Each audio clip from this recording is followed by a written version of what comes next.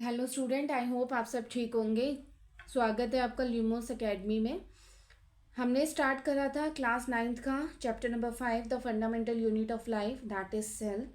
ठीक है, बहुत सारी चीज़ें हम पीछे डिस्कस कर चुके हैं। अब हम कुछ क्वेश्चन आंसर्स ले लेते हैं प्रीवियस टॉपिक से रिलेटेड और जल्दी से रिवाइज करते हैं, फिर हम आगे बढ़ेंगे अपने नेक्स्ट टॉपिक की तरफ। फर्स्ट क्वेश्चन है आपका, what is chromatin material. Chromatin material होता क्या है आखिर।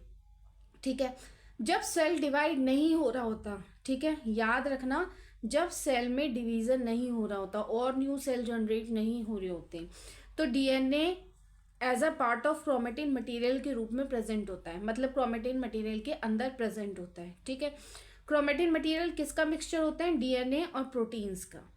क्रोमेटिन मटेरियल कब विजिबल होता, कैसे विजिबल होता है, as an entangled mass of thread. Entangled मतलब ऐसे उलझे हुए किसी एंगल में, ऐसे मास ऑफ थ्रेड को हम बोलते हैं like structure. When cell is divide, जब सेल डिवाइड होता है तो वो किसके रूप में ऑर्गेनाइज हो जाते हैं, क्रोमोसोम्स के रूप में। तो ध्यान रखना आप, व्हाट इज क्रोमेटिन मटेरियल, बहुत इंपॉर्टेंट क्वेश्चन है, एक एक्स्ट्रा क्वेश्चन है जो मैंने अपनी तरफ से दिया है आपको। क्रोमेटिन मटेरियल क्या होता है, जब सेल डिवाइड नहीं होता तो डीएनए क्रोमेटिन मटेरियल के रूप में प्रेजेंट होता है एज अ पार्ट, मतलब क्रोमेटिन मटेरियल का पार्ट के रूप में प्रेजेंट होता है। ठीक है, क्रोमेटिन मटेरियल किसका मिक्सचर होता है, डीएनए और प्रोटीन का। और क्रोमेटिन मटेरियल कैसे विजिबल होता है, एज एन एंटेंगल्ड थ्रेड मास के रूप में। ठीक है, जब सेल डिवाइड होता है तो वो क्रोमोसोम्स के रूप में ऑर्गेनाइज हो जाते हैं इस तरीके से। ठीक है, आई थिंक आपको ये क्लियर हो गया होगा क्वेश्चन। नेक्स्ट आपका एक्स्ट्रा क्वेश्चन है, what is the function of nucleus. हमने पिछली बार भी डिस्कस करा था लास्ट क्लास के अंदर। न्यूक्लियस एक सेंट्रल रोल, एक इंपॉर्टेंट रोल प्ले करता है सेल्यूलर रिप्रोडक्शन में, सेल को प्रोड्यूस करने में। It determine the way the cell will develop, ये डिटरमाइन करता है, ये अश्योर करता है कि सेल किस तरीके से डेवलप होगा और मेच्योरिटी तक कैसे पहुंचेगा, किस तरीके से पहुंचेगा, या मेच्योर होगा तो वो कैसे होगा, ये सारी चीजें न्यूक्लियस डिसाइड करेगा। तो न्यूक्लियस एक तरीके से ब्रेन ऑफ द सेल की तरह वर्क कर रहा है, ये सेल की सारी केमिकल एक्टिविटीज को भी कंट्रोल करता है। ठीक है, अब हम अपने नेक्स्ट क्वेश्चन की तरफ मूव करते हैं। नेक्स्ट क्वेश्चन है हमारा, व्हाट इज न्यूक्लियोइड, सबसे the most important question for your exam. Okay, nucleoid क्या होता है बेटा, सबसे पहले ध्यान रखना है, जो न्यूक्लियोइड होता है आपके प्रोकैरियोटिक ऑर्गेनिजम्स में प्रेजेंट होता है। अब आप कहोगे कि मैम प्रोकैरियोटिक ऑर्गेनिजम्स कौन से होते हैं, अभी इसके बाद नेक्स्ट टॉपिक हमारा प्रोकैरियोटिक और यूकैरियोटिक ऑर्गेनिजम्स ही है। तो मेनली बेटा प्रोकैरियोटिक आप एक तरीके से समझ लो बेसिक ऑर्गेनिजम्स हो गए, जो कि एडवांस्ड लेवल में नहीं अब तक एंटर करे हैं, उन्हें हम बोलते हैं प्रोकैरियोटिक ऑर्गेनिज्म। अभी इतना समझ लो, हम डिफरेंस में ये चीज क्लियर कर लेंगे। तो न्यूक्लियोइड किस में प्रेजेंट होते हैं, प्रोकैरियोटिक में। तो न्यूक्लियोइड आखिर है क्या, ये अनडिफाइंड न्यूक्लियर रीजन है, मतलब एक होता है हमारा न्यूक्लियस प्रॉपर, जिसके बाहर की साइड डबल लेयर मेम्ब्रेन होती है, हर चीज उसके अंदर प्रेजेंट होती है, प्रॉपर वो वर्क करता है। और एक हमारा न्यूक्लियोइड होता है जो कि अनडिफाइंड न्यूक्लियर रीजन है, मतलब अनडिफाइंड मतलब प्रॉपरली मेंटेन नहीं हुआ है, प्रॉपरली डिफाइंड नहीं हुआ है, जिसके अंदर केवल न्यूक्लिक एसिड प्रेजेंट होता है। क्लियर है, so undefined nuclear region that contains what, nucleic acid, उसे हम क्या बोलेंगे, न्यूक्लियोइड।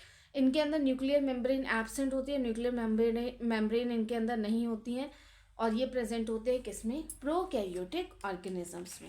आई थिंक यहाँ तक आपको ये 3 एक्स्ट्रा क्वेश्चंस क्लियर हो गए होंगे। अगर आपको फिर भी कोई डाउट होता है तो आप मुझे क्या कर सकते हैं, कमेंट्स करके बता सकते हैं, मैं आपके डाउट्स को क्लियर कर दूँगी। ठीक है, अच्छे से क्लियर कर दूँगी। चलिए अब हम मूव करते हैं प्रोकैरियोटिक और यूकैरियोटिक ऑर्गेनिजम्स की तरफ, जो मैं कह रही थी अभी आपको क्लियर करूँगी। ठीक है, एक सेकेंड, ओके। तो बेटा प्रोकैरियोटिक सेल्स हमारे आखिर होते क्या हैं, प्रोकैरियोटिक ऑर्गेनिजम्स क्या हैं, प्रोकैरियोटिक सेल्स क्या हैं। ठीक है, हम इसके बारे में डिस्कस करते हैं। तो मेनली प्रोकैरियोटिक सेल आपके जनरली स्मॉल साइज के होते हैं। ठीक है, प्रोकैरियोटिक सेल्स आपके कैसे होते हैं, स्मॉल साइज के होते हैं। यूकैरियोटिक सेल्स आपके लार्ज साइज के होते हैं। तो जो ऑर्गेनिज्म प्रोकैरियोटिक सेल्स के बने होते हैं उन्हें हम प्रोकैरियोटिक ऑर्गेनिज्म या प्रोकैरियोट्स भी बोलते हैं, और जो ऑर्गेनिज्म यूकैरियोटिक सेल्स के बने होते हैं उन्हें हम यूकैरियोटिक ऑर्गेनिजम्स या यूकैरियोट्स भी बोलते हैं। इनका न्यूक्लियर रीजन प्रॉपरली डिफाइंड नहीं होता। किनका? प्रोकैरियोटिक्स वालों का। यूकैरियोटिक वालों का न्यूक्लियर रीजन, न्यूक्लियस जो है वो प्रॉपर डिफाइंड होता है। इसमें जो न्यूक्लियस की आउटर कवरिंग होती है, दैट इज न्यूक्लियर मेम्ब्रेन, वो एब्सेंट होती है, वो इसके अंदर नहीं होती है। इसके अंदर जो हमारी न्यूक्लियर मेम्ब्रेन है वो प्रेजेंट होती है, ठीक है, मतलब प्रॉपर आउटर कवरिंग होती है न्यूक्लियस के ऊपर।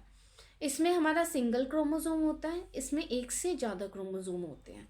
इसमें जितने भी सेल ऑर्गेनल्स होंगे, सेल ऑर्गेनल्स मैंने आपको बताया था ना, सेल के अंदर के पार्ट्स, ठीक है, जो कि हम एक एक करके पढ़ रहे हैं।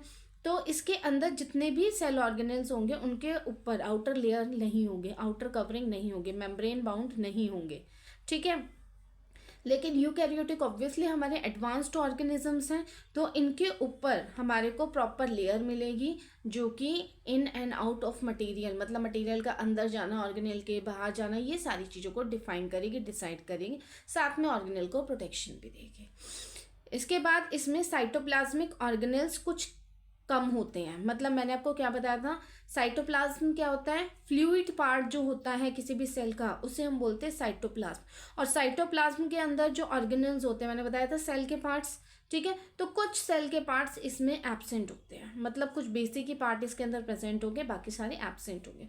बट यूकैरियोट में क्या होता है, ज़्यादातर जितने भी हमारे सेल ऑर्गेनल्स हैं वो प्रेजेंट होंगे ही होंगे, मतलब सब प्रेजेंट होंगे। तो प्रोकैरियोटिक और यूकैरियोटिक में ध्यान रखना, प्रोकैरियोटिक हमारे बेसिक होते हैं, यूकैरियोटिक हमारे एडवांस्ड होते हैं। प्रोकैरियोटिक जनरली स्मॉल साइज के होते हैं, यूकैरियोटिक लार्ज साइज के होते हैं। प्रोकैरियोटिक में न्यूक्लियर रीजन अनडिफाइंड होता है, न्यूक्लियर रीजन अनडिफाइंड है तो उनके ऊपर जो बाहर की आउटर मेम्ब्रेन होती है वो एब्सेंट होती है। यूकैरियोटिक में हमारा न्यूक्लियर रीजन प्रॉपरली डिफाइंड होता है और आउटर कवरिंग हमारी प्रेजेंट होती है। इसमें सिंगल क्रोमोसोम है, इसमें मोर देन वन क्रोमोसोम है। इसके अंदर जो सेल ऑर्गेनल्स होंगे उनके ऊपर आउटर कवरिंग मेम्ब्रेन नहीं होगी, इसमें मेम्ब्रेन बाउंड ऑर्गेनल्स होंगे।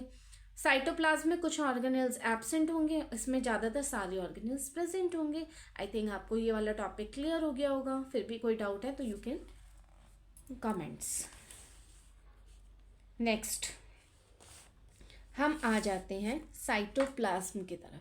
अभी मैंने ऑलरेडी आपको बताया था कि साइटोप्लाज्म क्या होता है, जो फ्लूइड कंटेंट होता है किसके अंदर, प्लाज्मा मेम्ब्रेन। देखो ये हमारी आउटर कवरिंग है सेल की, जिसे हम क्या बोलते हैं, प्लाज्मा मेम्ब्रेन, ठीक है। प्लाज्मा मेम्ब्रेन के अंदर एक फ्लूइड पार्ट होता है, एक लिक्विड टाइप का पार्ट होता है हमारा, जिसके अंदर जितने भी सेल ऑर्गेनल्स हैं वो सारे फ्लोट करते हैं, उसे हम क्या बोलते हैं, cytoplasm. Plasma means liquid state, clear है। So it is a fluid content inside the plasma membrane. Plasma membrane के अंदर जो लिक्विड कंटेंट होता है, फ्लूइड कंटेंट होता है, उसे हम साइटोप्लाज्म बोलते हैं। इसमें बहुत सारे स्पेशलाइज सेल ऑर्गेनल्स होते हैं, जैसे कि मैंने बताया था साइटोप्लाज्म के अंदर ही आपके जितने भी सेल ऑर्गेनल्स हैं वो फ्लोट करते हैं, तो इसीलिए उन्होंने बोला कि स्पेशलाइज सेल ऑर्गेनल्स इसके अंदर प्रेजेंट होते हैं। एक बहुत ज़्यादा इंपॉर्टेंट पॉइंट है जो आपके एनसीईआरटी बुक में दे रखा है, जो आप अच्छे से याद रख लेना। वायरसेस जो होते हैं उनके अंदर कोई भी मेम्ब्रेन नहीं होती है, ठीक है, कोई भी मेम्ब्रेन नहीं होती है। इसी वजह से वो कोई भी कैरेक्टरिस्टिक ऑफ लाइफ शो नहीं करते हैं जब तक कि वो किसी होस्ट की बॉडी में एंटर ना कर जाए। तो याद रखना कि जब तक हमारे इन्वायरमेंट में वायरस प्रेजेंट हैं वो क्या होंगे, नॉन लिविंग स्टेट में होंगे, मतलब कि कोई भी कैरेक्टरिस्टिक शो नहीं करेंगे किसका, लिविंग थिंग का। उसके बाद जैसे उन्हें कोई होस्ट मिल जाएगा, चाहे वो प्लांट हो, चाहे वो एनिमल हो, चाहे वो ह्यूमंस हो, कोई भी हो, उसके अंदर जैसे वो एंटर कर जाएंगे तो उनके अंदर की बॉडी की जो मशीनरी है, हमारे जो बॉडी के फंक्शंस हैं, उनको यूज़ करके वो एनर्जी गेन करेंगे और मल्टीप्लाई हो जाएंगे हमारी बॉडी के अंदर। तो ये एक इम्पॉर्टेंट पॉइंट है जो आपको याद रखना है, ठीक है। आई थिंक यहाँ तक का जो टॉपिक है वो आपको क्लियर हो गया होगा। फिर भी कोई डाउट होता है तो प्लीज़ आप कमेंट्स करके बता सकते हैं, ठीक है। अगर आपको वीडियोस अच्छी लग रही हैं, ठीक है, कंटेंट आपको रिलेवेंट लग रहा है, तो आप मेरी वीडियो को लाइक करिए, शेयर करिए, सब्सक्राइब करिए और बेल आइकन प्रेस कर देना ताकि आपके पास नोटिफिकेशन आ जाए मेरी हर एक न्यू वीडियो का, ठीक है बेटा। सो बाय बाय।